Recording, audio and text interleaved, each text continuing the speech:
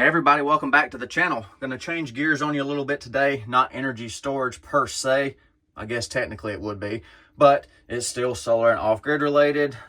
Maybe a cautionary tale or first-hand user experience, what have you, but rest in pieces, RPS.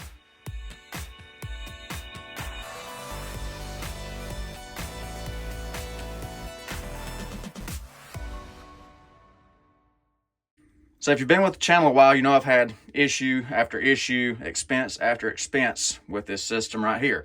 I bought this in March of 2021 and it failed October of 2024. So I got 43 months. But you have to remember, back in March of 2021, a lot of this stuff was unavailable or not on the market, and Rural Power Systems was one of the only, brushless DC well pumps that you could get that had a lift over 200 feet. I'm lifting over 200 feet from the bottom of where the pump sits up to my cistern tanks. So I had a lot of lift, so specific requirements, some of the cheaper low-end pumps would not work at the time. But anyhow, I got suckered into this one, or whatever you call it. I spent $1,500 on the setup. It come with the pump, a controller, 4 solar panels, a couple of sensors, and I fell into the marketing, I guess, or just because there wasn't anything available in 2021 due to all the stuff that was going on at the time. So, here I am, and it's back out of the ground now. Before I talk about the pump, let me talk about where it was applied at. I have a 250-foot deep well, 6-inch diameter stainless sleeve down to 100 feet. The sleeve is 4 foot above ground.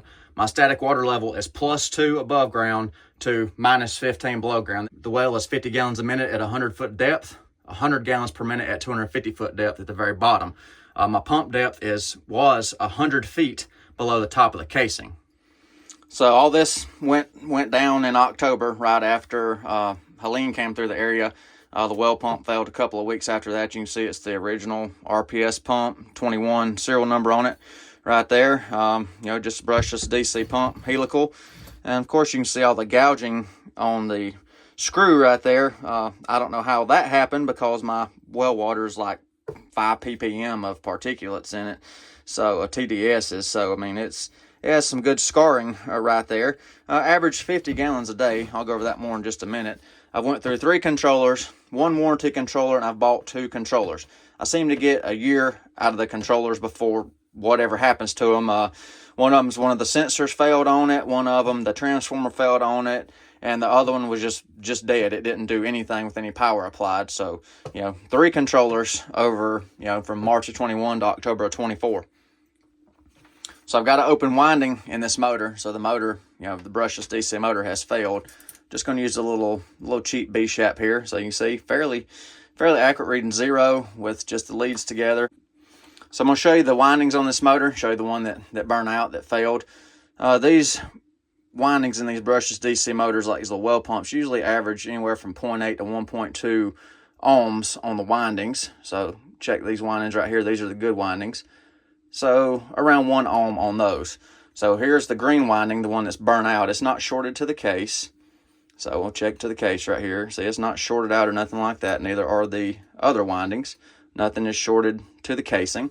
But this is the winding that's burnt out and failed right there. Let me get the leads in there properly so you can still see the display on the meter and see the readings.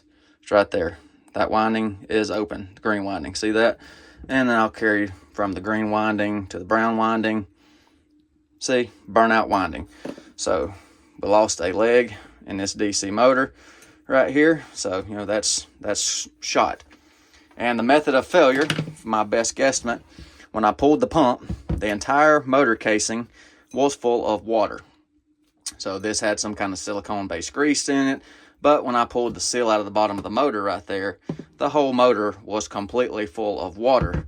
So one of the bearing seals, probably that one right there, looks like there's a lot of gouging on the actual shaft, the rotor of the motor. Actually, grooves cut in it right here. So I'm assuming this is the seal that failed, because this was a nice silicone cup here. No really way to fail on that because the silicone cup was intact with a lock ring. So water, my best estimate is water invaded the windings of the motor and just sat there, and it found it a spot in the varnish on the windings, and there it went. It was over with. So there's what we got. We have a failed very expensive rural power systems pump system. And how much water did I get estimated? Roughly 43 months of operation. I averaged 50 gallons a day. Let's figure 1,290 days, 50 gallons, that's 64,500 gallons. So if we just take the price that I paid, that's 0.02 cents per gallon. And if we figure in the $1,000 of crap boards I've had to buy, that's 0.038 cent per gallon. So let's compare it to municipal water. Last time I was on municipal water was in 2014. I have no idea what prices are now. I never went over the minimum. It was a $20 minimum charge on my municipal water system in 2014. I would average about 3,000 gallons a month. So if we took that, that's 0.006 cents per gallon. So you can see the difference right there.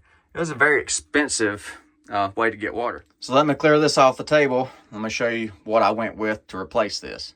So here's the pump I replaced it with. I scoured the internet trying to find a similar spec'd out pump to that RPS. It was a 400 watt. This pump right here is a 500 watt. I'll show you the model in just a second on it. It came with an instruction book, accessories, spare rotor, adapters, hose clamps wherever you needed, float switches, everything to get you started, similar to RPS. There's an old RPS manual right there for 270 bucks. Here's the actual number off the pump. I'll give you a link too so you can look at the pumps are almost identical. This one's actually 500 watts, and you can see the liters per minute of water at your height, whatever your lift is. So fairly decent performance for quite a bit of lift.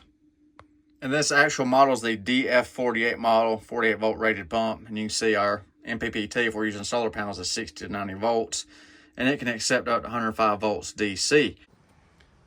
And there's the new controller. Of course, it's not powered up right now.